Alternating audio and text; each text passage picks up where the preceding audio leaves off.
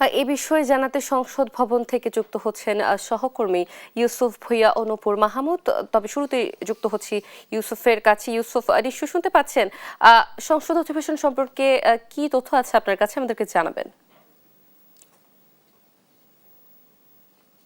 অথসি সংসদ অধিবেশনের দ্বিতীয় দিনের কার্যক্রম কিন্তু আর কিছুক্ষণের মধ্যেই শুরু হতে যাচ্ছে এবং সংসদ সদস্য যারা রয়েছেন তারা কিন্তু ইতিমধ্যে আসতে শুরু করেছেন এবং বেশ কয়েকজন সংসদ সদস্য কিন্তু মন্ত্রী এবং প্রতিমন্ত্রী সহ বেশ কয়েকজন সংসদ সদস্য সংসদে প্রবেশ করেছে। এবং আপনাদেরকে জানিয়ে রাখি, আজকের যে সংসদ অধিবেশন সেই সংসদ অধিবেশনে কিন্তু বেশ কিছু গুরুত্বপূর্ণ বিষয়ে উত্থাপিত হতে পারে এবং তার মধ্যে আপনি জানেন যে বিগত অন্তর্বর্তী সরকারের যে 18 মাসে যে বিভিন্ন অধ্যাদেশ ছিল জারি এবং সংশোধন করেছিল সেগুলো নিয়ে আছে কিন্তু উত্থাপন করতে পারে আইনমন্ত্রী আসাদুজ্জামান, এবং এর বাহিরেও আরো বেশ কয়েকটি বিষয় আলোচনা হতে পারে। এবং আপনাদেরকে দেখা যায় আমরা সংসদের একদম ফটকে রয়েছি, সেখানে দেখতে পাচ্ছেন যে সংসদ সদস্যরা একে একে আসতে শুরু করেছেন এবং তারা কিছুক্ষণ, যেহেতু বেলা 11টার সময় সংসদ অধিবেশন শুরু হবে, সেই অধিবেশনের কার্যক্রমে অংশ নিতে তারা আসতে শুরু করেছেন।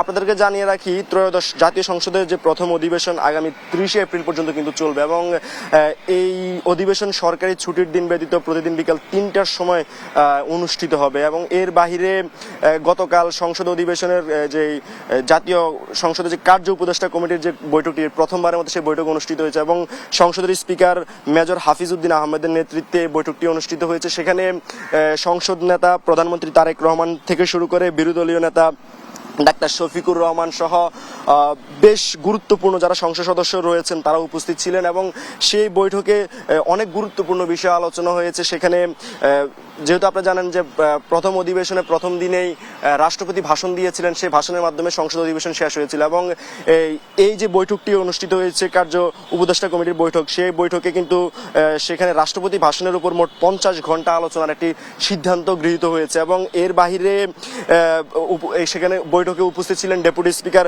আর ব্যারিস্টার কায়সাল কামাল সহ আরো বেশ কয়েকজন গুরুত্বপূর্ণ ব্যক্তি। এবং সেখানে আরেকটি গুরুত্বপূর্ণ জিনিস উত্থাপিত হয়েছে যে বৈঠকে প্রয়োজনীয় অধিবেশনের সময় ও কার্য দিবস সম্পর্কিত যে কোনো বিষয় পরিবর্তনের ক্ষমতা কিন্তু স্পিকারকে প্রদান করা হয়েছে সেই বৈঠকে। এবং আপনাদেরকে জানিয়ে রাখি, এই অধিবেশনে প্রধানমন্ত্রীর জন্য 8টি এবং অন্যান্য মন্ত্রীর জন্য 460টি প্রশ্ন সহ মোট 468টি প্রশ্ন পাওয়া গিয়েছে এবং বিধি 71-এর মনোযোগ আকর্ষণের নোটিশও পাওয়া গেছে 27টি।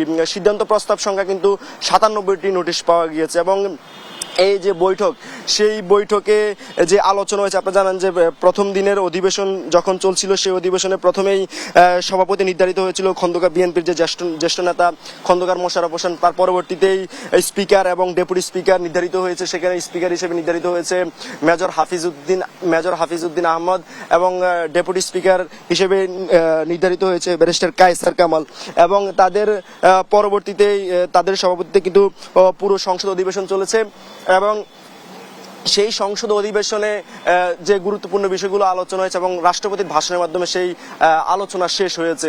তো আজকে ইতিমধ্যে সংসদ সদস্যরা আসতে শুরু করেছেন, ইতিমধ্যে অনেক সংসদ সদস্য সংসদে প্রবেশ করেছেন এবং সেখানের সবশেষ তথ্য নিচে আমাদের আরেক প্রতিনিধি নূপুর মাহমুদ। আমরা এখন সরাসরি নূপুর মাহমুদের কাছে যাব। নূপুর, সেখানে সবশেষ পরিস্থিতি কি? সংসদ সদস্যরা কারাগারের ভিতরে প্রবেশ করেছেন, জানাবেন বিস্তারিত।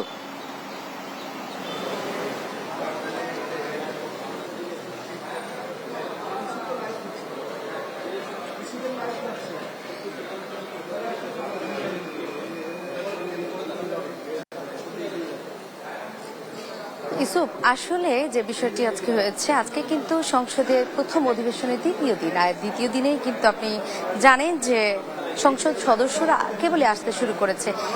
আজকে কিন্তু 10টার দিক থেকে আমরা দেখতে পাচ্ছি বিরোধী দলীয় নেতারা আসা শুরু করেছে। সেই সাথে জানেন যে 11টার দিকেই আজকে সংসদ অধিবেশন শুরু হওয়ার কথা আছে। যেহেতু এখন ঘড়ির কাঁটায় কেবলই 10টা পার হয়েছে, এখনো তারা আসা শুরু করেছে। আমরা ইতিমধ্যে দেখতে পাচ্ছি কিছুক্ষণ আগে বিরোধী দলীয় নেতারা এসেছেন সংসদে, আমরা সেটা দেখতে পেয়েছি। এবং সেই সাথে যদি বলি, এখনো কিন্তু যে সকল নেতারা আছেন তারা কিন্তু সংসদে আসছেন। আপনি জানেন যে যে অধিবেশনটি শুরু হয়েছে কয়েকদিন থেকে, সেটি আসলে চলতি অধিবেশনের আগামী 30 এপ্রিল পর্যন্ত চলবে বলে কিন্তু সিদ্ধান্ত নিয়েছে সংসদের কার্য উপদেষ্টা কমিটি। এছাড়া আপনি জানেন যে অধিবেশনে রাষ্ট্রপতি ভাষণের উপর মোট 50 ঘন্টা সাধারণ সভার সিদ্ধান্ত গৃহীত হয়েছে।